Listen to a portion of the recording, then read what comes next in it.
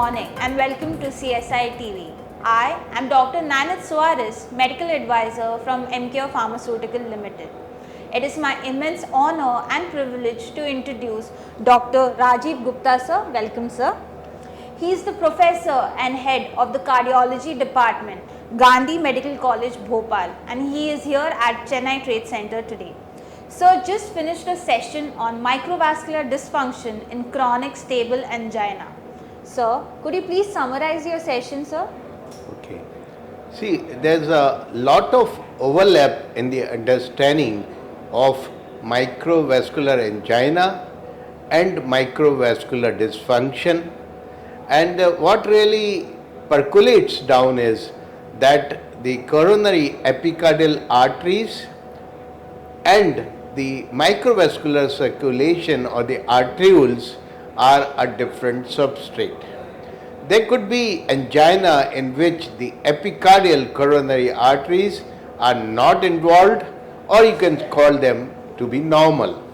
And here comes the importance of assessing the microvasculature, the endothelial dysfunction, and the microvascular dysfunction in terms of the coronary blood flow reserve and altered or impaired capability of the coronary microvascular circulation to dilate.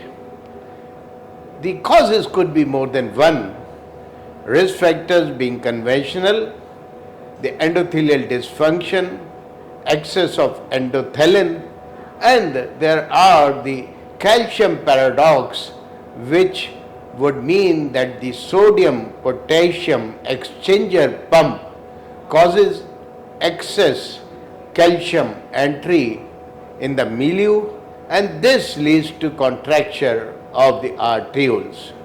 Also, the reactive oxygen species or the free radicals of oxygen may damage the endothelium, allowing the leukocytes to migrate, causing inflammation, and paradoxically the arteries or the arterioles to constrict. This phenomena can even worsen by chronic reperfusion or acute reperfusion if we open up an occluded artery. And the benefits there of the risk pathway, the mitochondrial PTP channel opening, and preventing inflammation by using colchicine may carry us a long way. The metabolism of the microvascular terminal muscles can be modulated to our advantage, of course, by the beta blockers, the nitrates, the calcium antagonist, but here we would appreciate the effort taken by the European Society of Cardiology to recognize a chronic coronary syndrome and adding trimetazidine, ranolazine, and the other like drugs to change the metabolism and the mitochondrial functions to our advantage. Now, when we talk of the coronary reperfusion, should not ignore the slow flow and the no flow, which can be modulated by adenosine and other hemodynamic drugs to our advantage. Microvasculature circulation will go a long way, and if we modulate, we can prevent the cardiovascular morbidity and mortality to a great extent. Thank you, sir.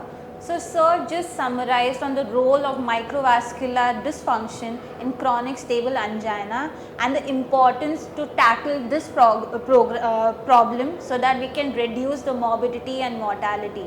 With this, I would like to thank Dr. Rajeev Gupta, sir, for sharing his valuable time. Thank you, sir, and have a good day.